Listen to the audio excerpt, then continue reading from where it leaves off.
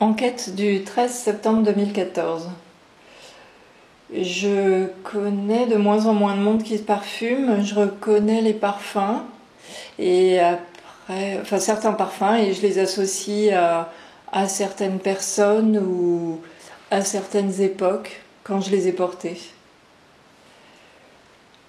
Je ne vis pas où je l'ai souhaité. J'essaie de souhaiter de vivre là où je vis. Le bleu, ça m'évoque la couleur des lentilles que j'ai portées pendant plusieurs années. Le fait d'avoir les yeux bleus.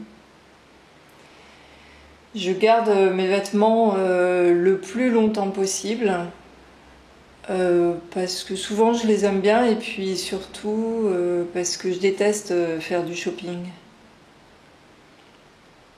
J'ai essayé de disparaître. Parfois j'ai la sensation de disparaître, surtout en habitant ici, quand l'île est déserte.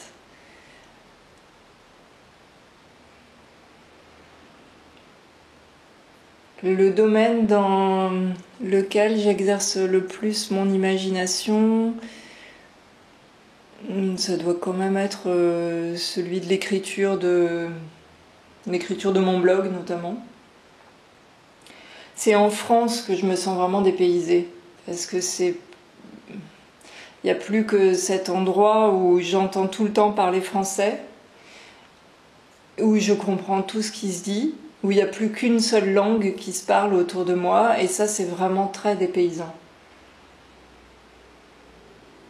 J'ai déjà égaré quelque chose auquel je tenais beaucoup, et quand je repense à cette scène, c'est un peu bizarre, parce que c'est un peu comme si elle était arrivée à quelqu'un d'autre que moi. J'ai vu ma montre se détacher de mon poignet et tomber par terre alors que j'étais à vélo. Il y avait du monde là où j'étais, sur le trottoir.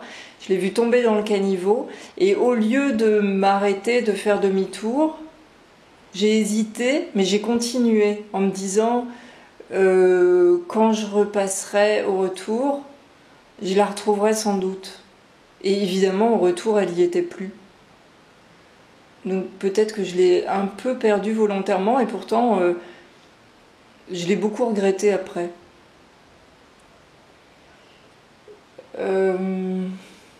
J'ai commandé un portrait à l'huile de mon portraitiste officiel. J'ai éprouvé une frayeur en mer quand j'étais petite. Quand j'avais 5 ans, quelque chose comme ça, on était en Guadeloupe, on habitait là-bas et mon père m'avait mise dans la grosse chambre à air qui nous servait de bouée. Et on était partis tous les deux, il poussait la bouée en nageant et puis moi j'étais à l'intérieur avec mes brassards. Mais j'étais vraiment petite en taille et à un moment le rivage m'a paru vraiment loin. Et en réalité sans doute qu'il n'était pas tant que ça, mais à moi il paraissait vraiment très loin. Et mon père a fait la plaisanterie, la mauvaise plaisanterie à mon goût, de me dire ah bah j'ai une crampe, j'arrive plus du tout à nager et je vais pas pouvoir, on va pas pouvoir rentrer. Et il a mis du temps à me dire que c'était une blague et j'ai eu le temps d'avoir vraiment très très peur.